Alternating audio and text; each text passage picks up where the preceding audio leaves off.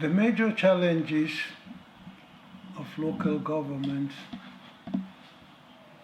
around urbanization is in fact the problem of the bigger, higher level of government in terms of their appreciation of the nature of urban centers and the fact that those urban centers are no longer pre-colonial or pre-industrial, but they are now modern.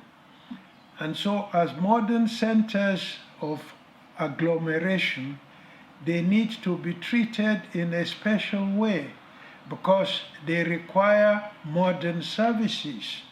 They require paved roads, they require electricity, they require water, they require a lot of things, good housing. And because all of those create need for finance, most African governments don't see their urban centers as places that should be established to generate a number of the finances needed to provide those services. Now, some of those services are not of the type that you can even use annual revenue. That is, assuming that the city can, from property tax or tenement rate, generate the resources. They are human settlements that require lumpy capital to make them available to deal with the immediate infrastructural problem. You can't be building a road on the basis of annual budgets.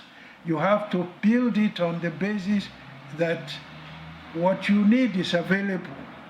And so to do that means you have to go to financial centers like capital market to be able to borrow. But then it requires conditions to allow you to access funds from them. And so when we say an urban center, it's not just a place where people live.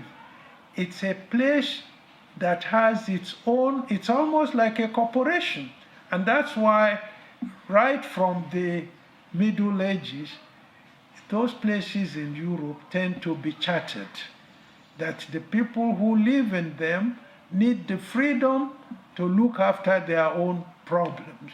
That doesn't mean they cannot be assisted by government at higher level, but they, for the things they need, the services they need, they must be free to be able to tax themselves and to be able to approach centers of finance and meet their conditions.